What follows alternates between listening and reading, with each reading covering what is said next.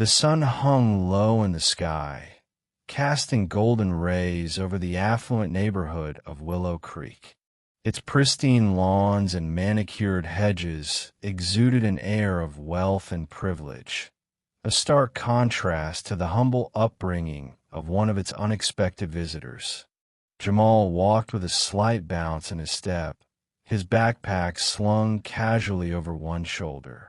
He wore a simple black t-shirt and faded jeans, clothing that had seen better days but still conveyed a sense of youthful pride.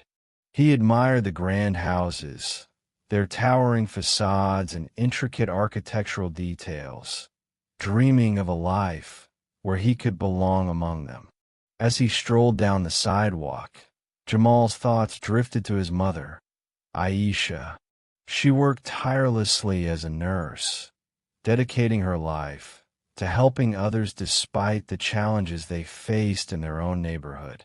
He often felt a sense of responsibility to make her sacrifices worthwhile, to rise above the limitations imposed by their circumstances. The allure of Willow Creek was intoxicating, a world of possibilities that felt just out of reach. Maybe one day, he whispered to himself, glancing at a sprawling mansion with a glistening pool that seemed to beckon him closer. But as Jamal continued his journey, the air shifted. Karen, a resident of the neighborhood, was in her immaculate kitchen, preparing dinner when she glanced out the window. Her eyes fell on the young black teenager walking past her house. A wave of unease washed over her, a primal instinct that told her something was off. Perhaps it was the way he moved, or the fact that he didn't belong to her world. Panic gripped her, and before she could stop herself, she reached for her phone. 911. What's your emergency? The operator's voice crackled through the line. I think there's a suspicious person in my neighborhood, Karen stammered, her heart racing. He's just walking down the street, but he looks out of place. I don't know what he's doing here. Can you describe him, ma'am? He's a black teenager, wearing jeans and a t-shirt. He doesn't belong here, she said, her voice trembling with a mix of fear and indignation. All right, we'll send someone over right away. Please stay on the line, the operator instructed. Karen hung up, her mind racing with thoughts that she couldn't control. She peered out the window again, her eyes narrowing as she watched Jamal continue on his path, completely unaware of the storm brewing behind him. He was just a kid, a teenager passing through, but to her he was a threat. How could he possibly belong in a place like Willow Creek? Meanwhile, Jamal walked on, taking in the sights and sounds of the neighborhood. The laughter of children playing outside, the smell of freshly cut grass, and the distant sound of a lawnmower were all part of the tapestry of life around him. He felt a sense of freedom, a momentary escape from the weight of his reality. He was lost in thought, contemplating his dreams of attending college, of making something of himself, when he heard the unmistakable wail of sirens slicing through the tranquility. "What's that?" Jamal murmured, glancing over his shoulder. The red and blue lights flashed in the distance, growing closer with each passing moment. His heart began to quicken, confusion settling in as he watched the police car pull up to the curb beside him, tires screeching slightly as it came to a halt. He stood there, frozen, unsure what to do. Two officers emerged, their expressions stern and their bodies rigid as they approached him. Jamal felt the weight of their gazes, their authoritative presence suddenly making him feel small. "Stay right there," one of the officers commanded, his voice loud and commanding. "Oh, what's going on?" Jamal asked, attempting to keep his voice steady, though he could feel the anxiety bubbling up inside him. He had done nothing wrong. He was just passing through. "Where are you coming from?" the second officer asked, crossing his arms. The tension in the air was palpable, and Jamal felt the scrutiny of their gaze, as if it were a physical force pressing down on him. "I'm just walking home," he replied, raising his hands slightly in a gesture of peace. "I live a few blocks over." The first officer stepped closer, his eyes narrowing. "You need to explain why you're in this neighborhood." "We received a call about suspicious activity." Jamal's brows knitted together in confusion. "Suspicious activity? I'm just walking. I didn't do anything." His protest fell flat as the officers exchanged glances, their demeanor suggesting they had already made up their minds. "Ma'am, can you tell us exactly what you saw?" the second officer asked, turning their attention back to the source of the complaint. Jamal's heart sank as he realized that someone had accused him unjustly. He could hardly believe it. His mind raced through the possibilities. Who would think he was up to no good? As he looked around, his thoughts were interrupted by the sound of footsteps approaching. He turned to see a figure in the distance, moving with purpose, a woman dressed impeccably in a tailored suit that exuded confidence. "Aisha!" he called out, relief flooding through him. His mother was a force of nature, someone who could command attention and respect in any room. She would understand. She would know how to make this right. "Jamal, what's happening?" Aisha's voice was calm, yet authoritative as she reached her son's side, her sharp eyes taking in the scene before her. The officers straightened slightly, their expressions shifting from stern to wary as they recognized her. "Mom, they think I'm doing something wrong," Jamal said, his voice barely above a whisper, the fear evident in his tone. "Excuse me, officers, but I'd like to know why my son is being questioned," Aisha interjected, her voice firm. The tension in the air crackled, and Jamal could see the officers' posture shift slightly as they braced themselves for the confrontation. "We received a report of suspicious activity," one officer explained, his tone defensive. "A resident believed he was out of place." Aisha's expression hardened as she turned to the officers, her gaze unwavering. "And what exactly was his suspicious activity? Walking down the street? Do you realize how damaging these assumptions can be?" Jamal stood beside her, feeling a newfound sense of strength as he watched his mother take charge of the situation. He could sense that Aisha was about to challenge the biases that had brought them here, and he felt a flicker of hope amidst the chaos. His mother was not one to back down, and in moments like this, he understood why she was such a strong role model in his life. "Ma'am, we're just doing our job," one of the officers replied, but Jamal could see a hint of uncertainty in their eyes.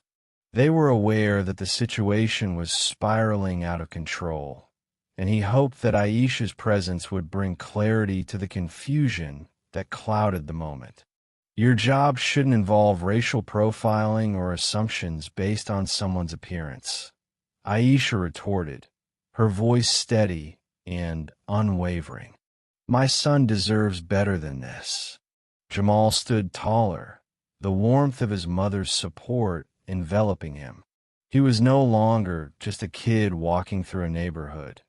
He was a young man with a mother who would fight for him, who would challenge the prejudices that sought to define him. As the police officers exchanged glances, uncertainty crept into their demeanor, and Jamal felt a shift in the atmosphere, a growing sense that perhaps justice was within reach. The sun hung low in the sky, casting long shadows across the pristine streets of the affluent neighborhood.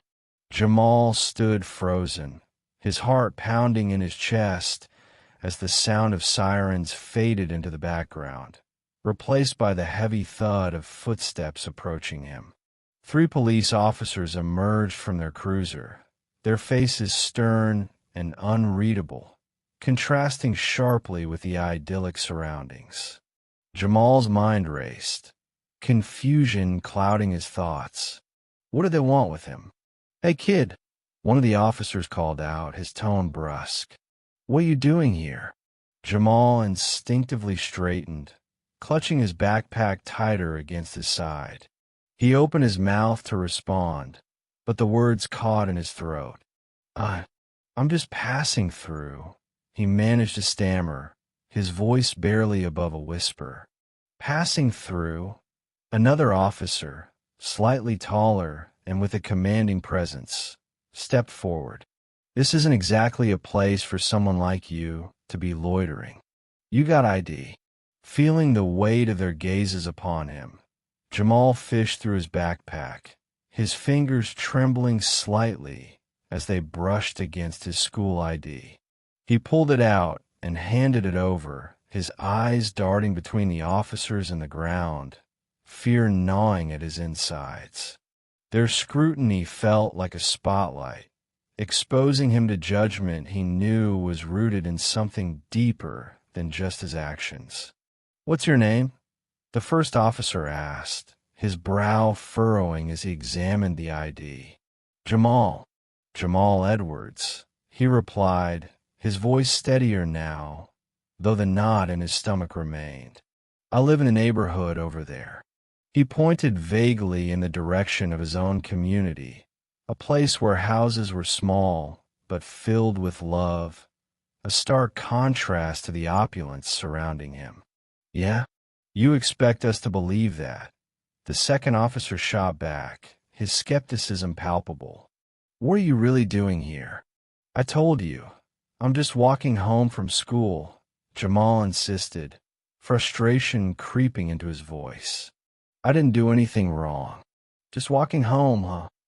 The third officer, who had remained silent until now, stepped closer, his expression unreadable. "You fit the description we were given. A suspicious person, wearing a hoodie, acting erratically."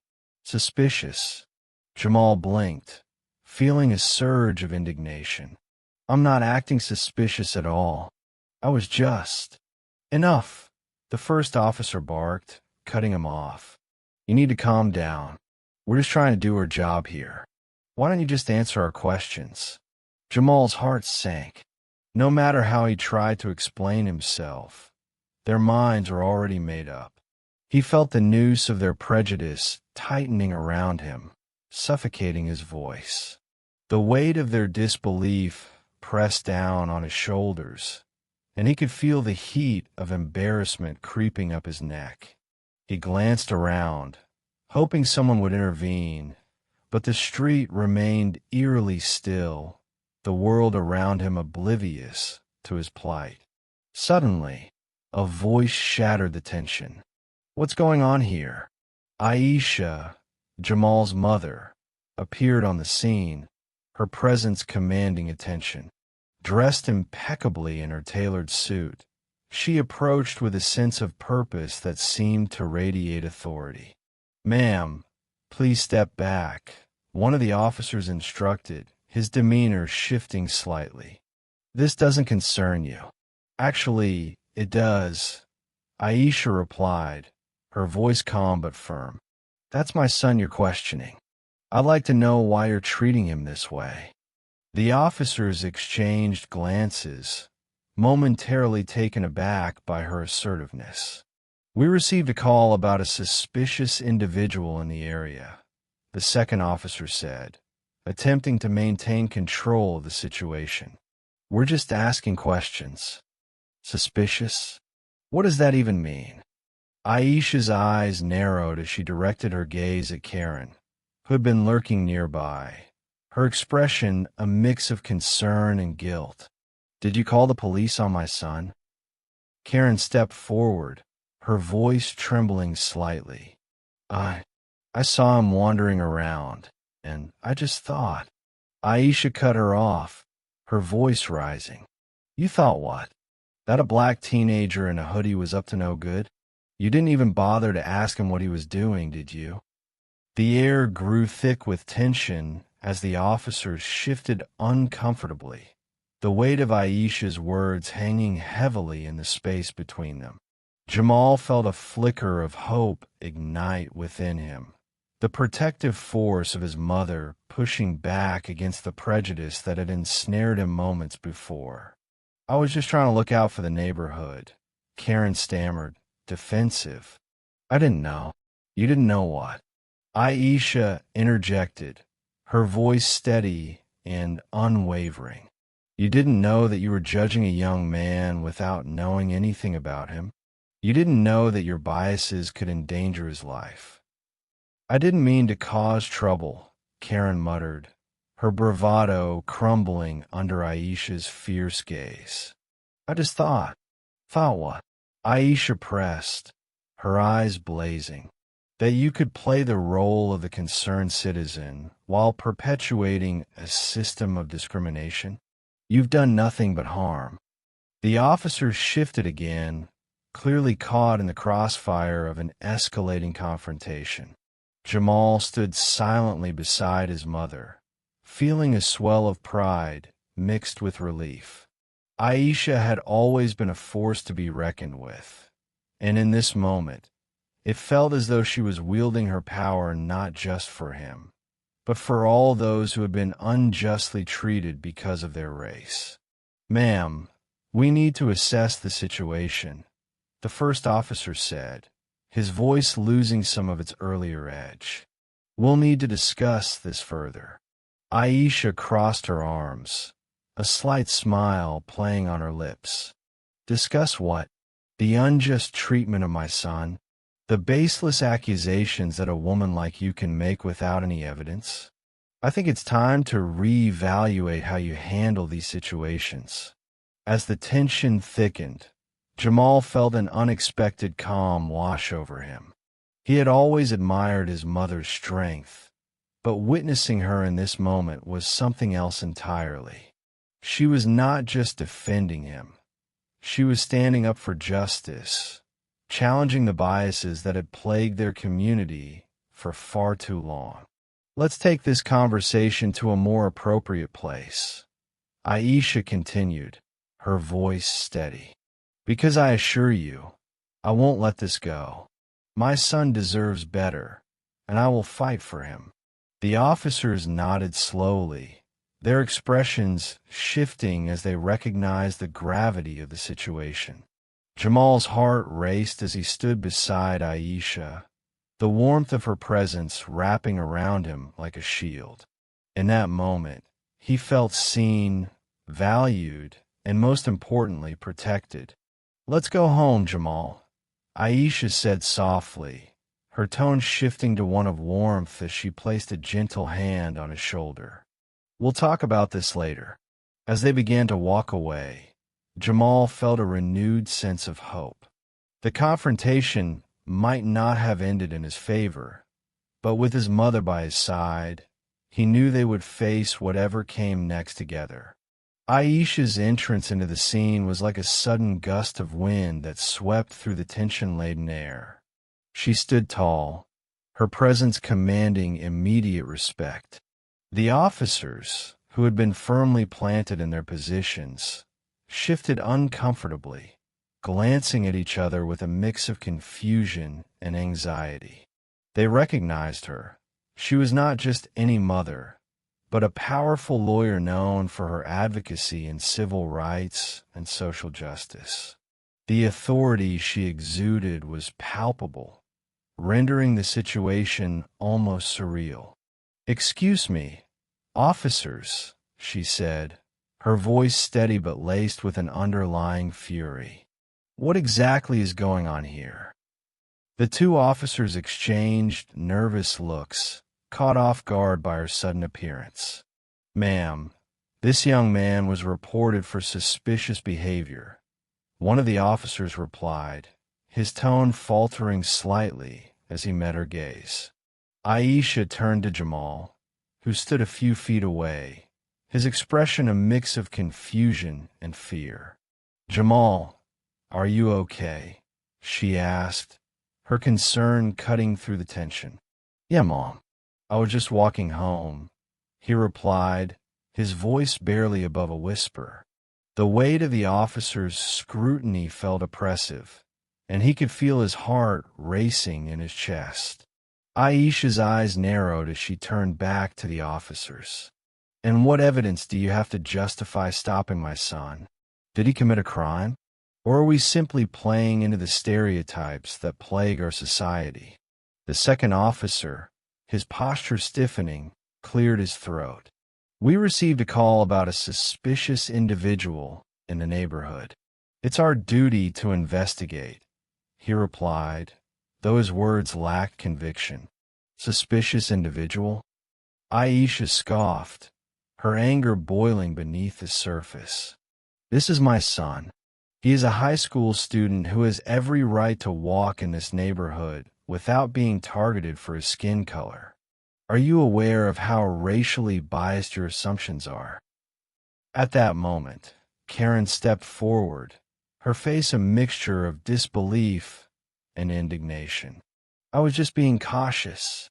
I saw him loitering around my house, and I thought—" "You thought?"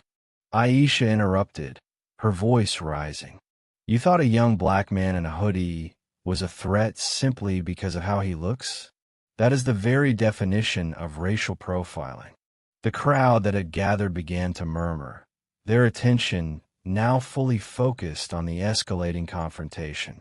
A few neighbors exchanged glances, some looking uneasy, while others nodded in agreement with Aisha's defense of her son. "Ma'am," one of the officers began, attempting to regain control of the situation. "We're just trying to do our job here. We can't ignore a call for help." "Help?" Aisha shot back, her eyes blazing.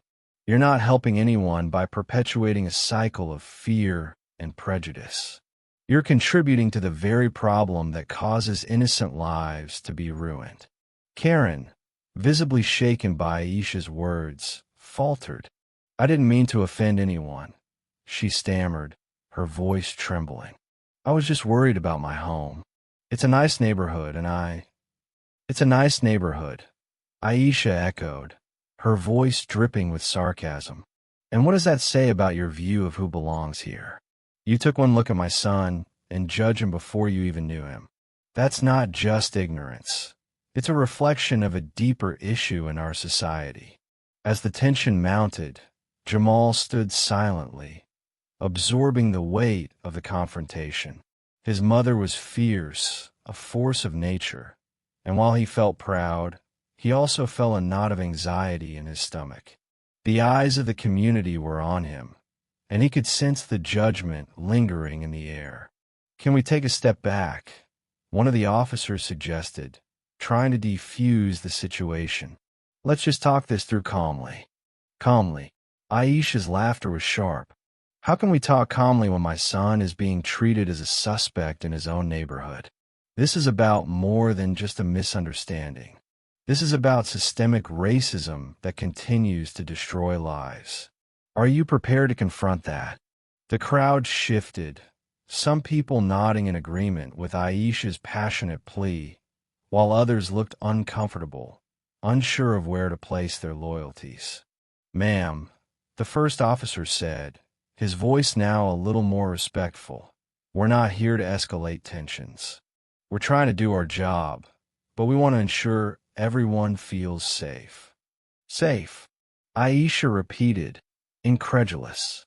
"You want to talk about safety? What about the safety of my son?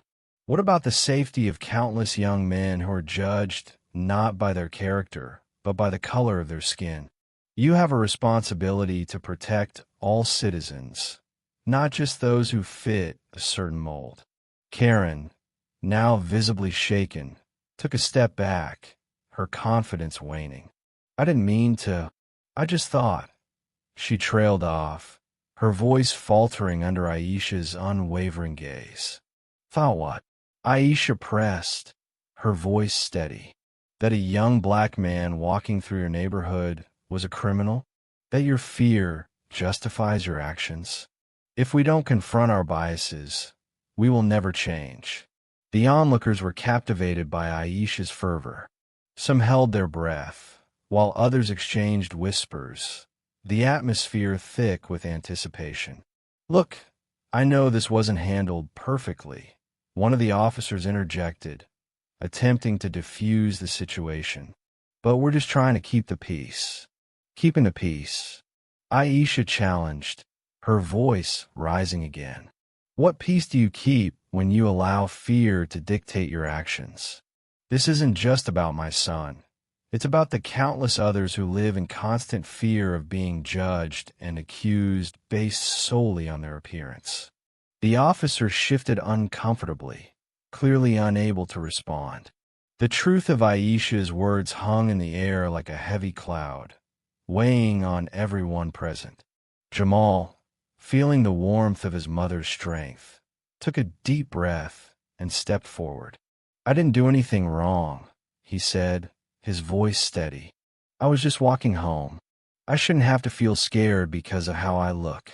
Aisha turned to him, pride swelling in her chest. "Exactly, Jamal. You have every right to walk these streets without fear. And it's time we hold those in power accountable for their actions." Karen, finally realizing the impact of her actions, looked between Aisha and Jamal, her expression shifting from defensiveness to remorse. "I'm sorry," she said, her voice trembling. "I never meant to hurt anyone. I let my fears get the best of me." Aisha took a breath, recognizing the potential for dialogue in the moment. "Apologies are a start, Karen, but understanding is what we need. We can't just apologize and move on. We need to confront our biases and learn from this." As the crowd continued to watch, a palpable shift occurred. The tension began to dissipate, replaced by an air of contemplation. People were beginning to realize that this confrontation was not just about Jamal or Aisha or even Karen. It was about a larger issue that affected them all. In that moment, Aisha made a decision. "I think it's time we begin a conversation about racial equality in our community. We need to create a space where we can discuss these issues openly and honestly." Jamal looked at his mother, filled with admiration. "Can we really do that?" he asked, a hint of hope in his voice. Aisha smiled, her heart swelling with pride for her son. "Yes, we can. But it starts here, with all of us willing to listen and learn." As the crowd began to disperse, a sense of unity began to form. The confrontation had not only brought to light the injustices faced by Jamal, but had also sparked a conversation that could change the community for the better. Aisha knew this was just the beginning, but with her son by her side and a community willing to listen, she felt a renewed sense of purpose. The tension in the air was palpable as the murmurs of the crowd grew louder. The sun hung high in the sky, casting an unforgiving light on the scene that had unfolded just moments before. Karen stood there, her face flushed with a mix of embarrassment and defiance, her lips trembling as she sought to articulate her thoughts. Aisha, standing tall and confident, had just dismantled the layers of prejudice that had led to this confrontation, and the atmosphere crackled with anticipation. "Look, I didn't mean any harm," Karen stammered, her voice wavering. She glanced nervously at the police officers, who had begun to shift uncomfortably beneath Aisha's scrutinizing gaze. "It's just, you see a kid like him in a neighborhood like this, and it raises questions." Aisha's eyes narrowed, the sharpness of her expression cutting through Karen's flimsy justifications. "Questions? Or assumptions? You felt threatened not because of anything Jamal did, but because of who he is. That's the problem we're facing here, Karen. Systemic racism has taught us to see people through a distorted lens." As she spoke, Aisha gestured towards Jamal, who stood a few paces behind her, his hands tucked into the pockets of his jeans, a mixture of confusion and hurt painted across his face. The crowd began to take notice of him, their eyes shifting focus, and Aisha seized the opportunity to drive her point home. Statistics show that black youth are disproportionately targeted by law enforcement, often for simply existing in spaces that others can navigate freely. Jamal was walking through this neighborhood, not causing trouble, but dreaming of a better life, just like any other teenager. You have to understand that what you did today is not just a personal affront to him. It reflects a much larger issue. The murmurs shifted, growing more intense as people processed Aisha's words. Some nodded in agreement, while others exchanged worried glances, unsure of where they stood in this unexpected confrontation. Aisha could feel the tide turning, the community beginning to grapple with the uncomfortable truths she was laying bare. Do you really believe that calling the police was justified? Aisha pressed, her voice steady and unwavering. Did you even consider the potential consequences of your actions? For Jamal, this could have led to violence, trauma, or even worse. I was just trying to protect my neighborhood. Karen shot back, her defensiveness rising. I don't want crime here, and I didn't know him. You can't expect me to just ignore my instincts. Your instincts. Aisha's voice rose slightly, commanding attention. Your instincts are informed by a society that has taught you to fear people who look different from you. Instead of reaching out to understand, you chose to call the police. You have to acknowledge that this isn't about protecting your neighborhood. It's about perpetuating fear and prejudice. The crowd began to react, a ripple of indignation spreading among them. Yeah, she's right, shouted a young man from the back, his voice cutting through the tension like a knife.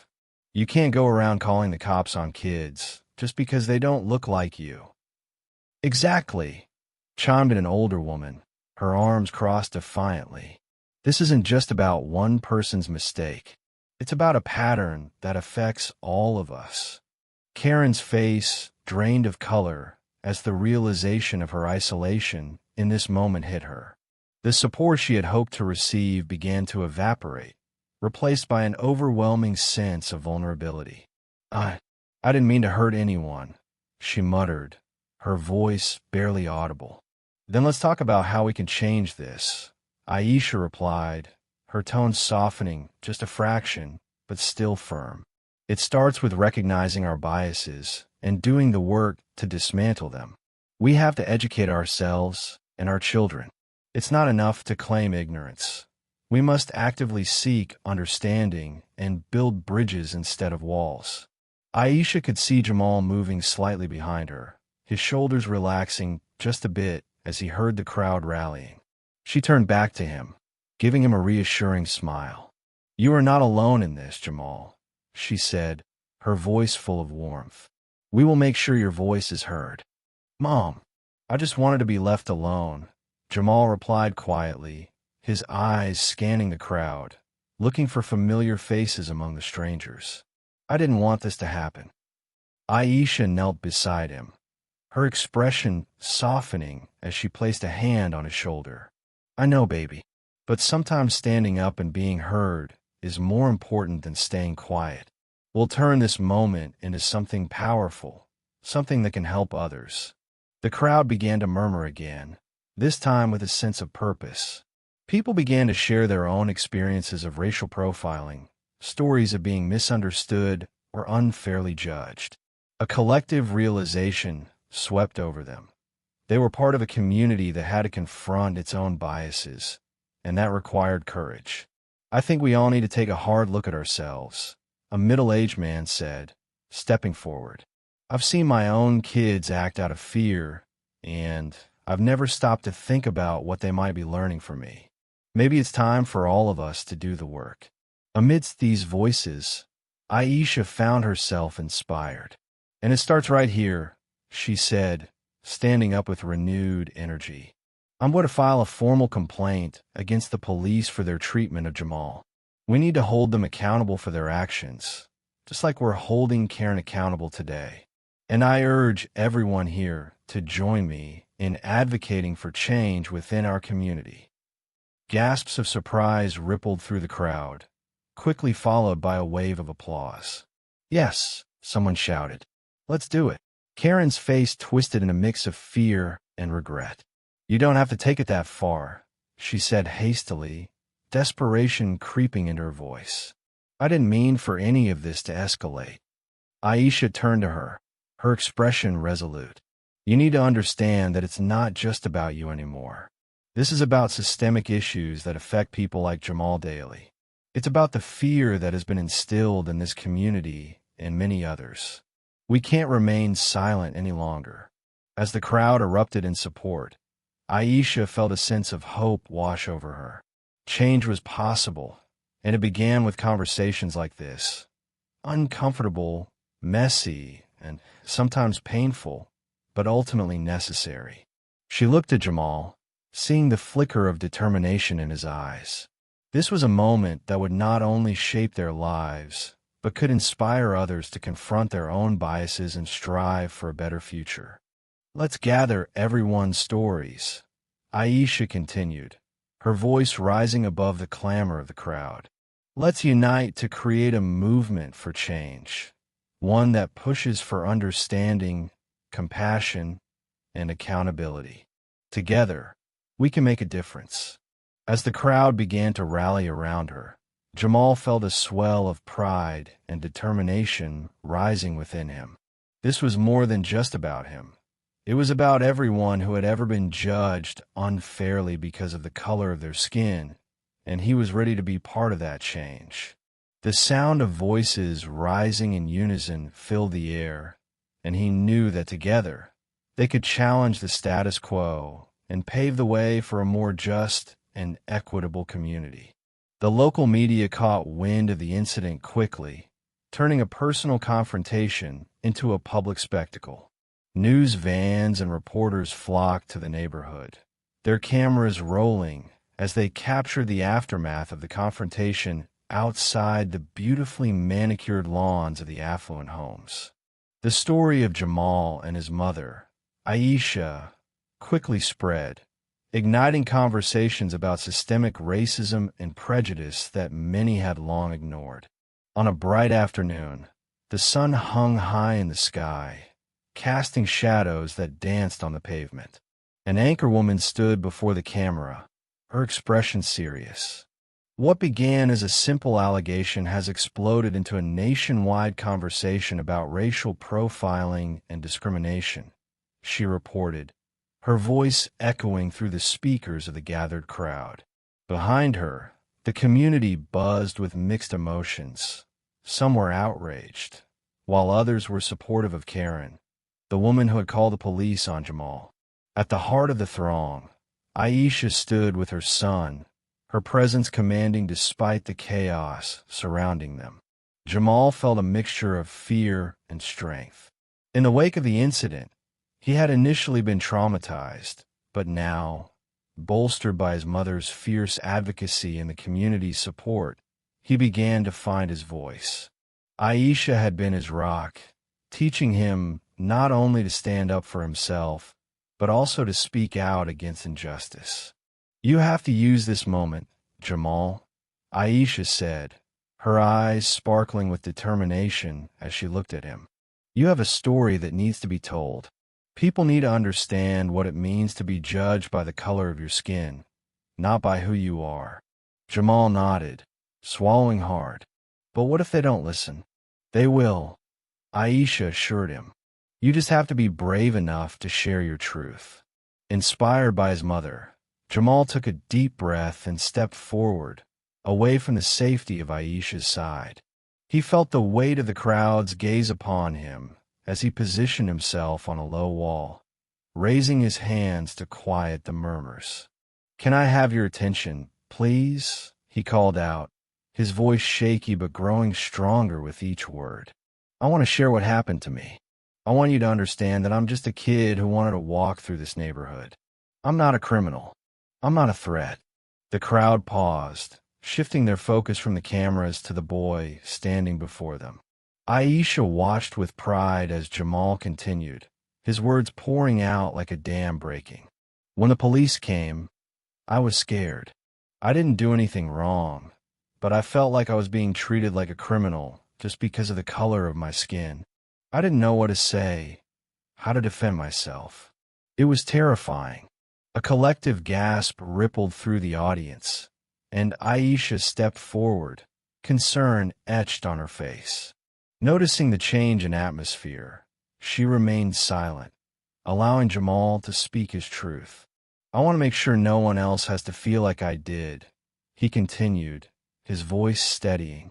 "I want to make sure that kids like me can walk through any neighborhood without fear of being judged or accused." As he spoke, he noticed a few people in the crowd nodding, their expressions shifting from skepticism to understanding. Among them was a middle-aged man holding a sign that read, "We stand against racism." Jamal caught his eye, and the man gave him an encouraging smile. Just then, a familiar voice broke through the crowd. "This is a disgrace," Karen shouted, pushing her way to the front. Her face was flushed, a mixture of anger and guilt twisting her features. "You're making this worse. You should be ashamed of yourself." Aisha stepped forward, her composure unwavering. "No, Karen, you should be ashamed. You didn't see a boy. You saw a color and a stereotype. You allowed your fears to dictate your actions." Karen opened her mouth to retort, but paused as the crowd murmured in agreement. Aisha turned to Jamal, her eyes filled with encouragement. "Keep going, honey." Jamal took a deep breath, his heart racing. "I'm not here to blame anyone. I just want people to understand that what happened to me isn't an isolated incident. It happens every day to people who look like me." The crowd was silent, hanging on his every word. "We need to talk about this," he urged, his voice rising. "We need to make changes, not just in our policies, but in our hearts. We have to be better." Applause erupted from the crowd, and Jamal felt a surge of hope. Aisha wrapped her arm around him, beaming with pride. "You've done it, my son," she whispered. "You've spoken your truth." As Jamal stepped down from the wall, the atmosphere shifted once more. Conversations ignited among the crowd, with people discussing how they could support Jamal's cause. Aisha watched as a woman approached her, her expression sincere. "I'm sorry for what happened, Aisha. I never thought about how my actions could affect someone else. I want to help." Aisha smiled, her heart swelling with the possibility of change. "Thank you. That's all we can ask for, an open heart and a willingness to learn." Meanwhile, Karen stood back, her mind racing. She had never considered her own biases, her own actions. The faces of Jamal and Aisha haunted her. The guilt gnawed at her, forcing her to confront the reality of her prejudice. Later that evening, as the sun began to set, casting a golden hue over the neighborhood, Jamal and Aisha sat on their porch, reflecting on the day's events. "Do you think I made a difference?" Jamal asked, his voice tinged with uncertainty. "Yes," Aisha replied firmly, her gaze steady. "You sparked a conversation. You made people think, and that's the first step toward change." Jamal smiled, feeling a newfound sense of purpose. "Maybe I can keep doing this." "Absolutely," Aisha encouraged, her eyes glistening with pride. "You have a powerful voice, and it deserves to be heard." As they sat together, the weight of the day began to lift, replaced by a sense of hope and possibility. They both knew that the road ahead would be challenging, but they were ready to face it together, united in their fight against prejudice, determined to create a world where everyone could walk freely without fear. A month had passed since the fateful encounter that had rocked the affluent neighborhood and exposed the deep-seated biases that lay beneath its polished surface. The community meeting was set to take place in a large hall at the local community center, adorned with bright banners that read, "Unity in Diversity." Aisha stood at the front, her presence commanding and her voice resonant with authority as she spoke passionately about the need for understanding, compassion, and change. "Change doesn't happen overnight," Aisha began, her eyes scanning the crowd filled with familiar faces. But it starts with conversations. Conversations that challenge our biases and encourage us to see beyond skin color. The audience, a mix of supporters and skeptics, listened intently. Some nodded in agreement, while others remained apprehensive, their expressions revealing a tangle of emotions. Jamal sat in the front row, his heart swelling with pride as he watched his mother take the stage. Aisha had transformed from a protective mother into a beacon of hope for the community, advocating for justice and equality. He could see the difference in the way people looked at her now, no longer just as a prominent lawyer, but as a leader who was willing to confront uncomfortable truths. As Aisha continued, she shared stories of countless others who had faced discrimination, weaving in personal anecdotes that resonated deeply. Every time we turn a blind eye to racism, we perpetuate a cycle of hurt and misunderstanding, she said, her voice unwavering. It's time we break that cycle. It's time we stand together, regardless of our backgrounds. At that moment, the air shifted as Karen entered the room, her demeanor markedly different from the woman who had once called the police on Jamal. Gone was the defensive posture. Instead, she appeared vulnerable, her shoulders slightly slumped as she took a seat at the back of the hall. Aisha noticed her, and for a brief moment, their eyes met. Aisha's expression softened, acknowledging the journey Karen was about to undertake. After Aisha concluded her speech, she opened the floor for dialogue. People began to share their own experiences, their voices rising and falling like waves crashing against the shore. Some spoke of their fears, while others expressed their hope for a better future. The atmosphere was charged with emotion, a mixture of pain and resilience. Then, Karen stood up, her voice trembling but determined. I have something to say, she began, the room falling silent as she gathered her thoughts. I know that my actions hurt Jamal and his family, and for that, I'm truly sorry. The sincerity in her voice caught many off guard. I let my prejudices cloud my judgment, and I didn't see Jamal for who he really is. Aisha watched intently, sensing the weight of Karen's admission. The crowd was still, a collective breath held in anticipation. I've spent the last month reflecting on my actions, and I realize that I need to educate myself, Karen continued, her voice gaining strength. I want to understand this issue better, and I want to be part of the solution. A murmur of surprise spread through the crowd, but it quickly transformed into applause. Many in the audience felt a flicker of hope. It was a moment of vulnerability, a step toward reconciliation, and Aisha couldn't help but feel a sense of pride, not only for her own achievements, but for the courage Karen was now displaying. Thank you, Karen, Aisha said, stepping forward to address her. Acknowledging our mistakes is the first step toward healing. It takes courage to admit when we're wrong, and I commend you for being here today.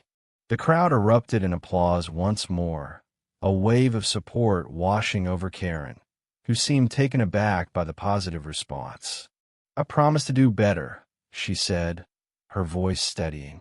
I will educate myself about racism and work to dismantle my own biases. I want to be an ally, not an adversary. The sincerity in her words resonated deeply, and the atmosphere in the room began to shift. What had initially felt like a confrontation was transforming into a dialogue, an opportunity for understanding and growth. As the meeting progressed, Jamal felt a sense of empowerment wash over him.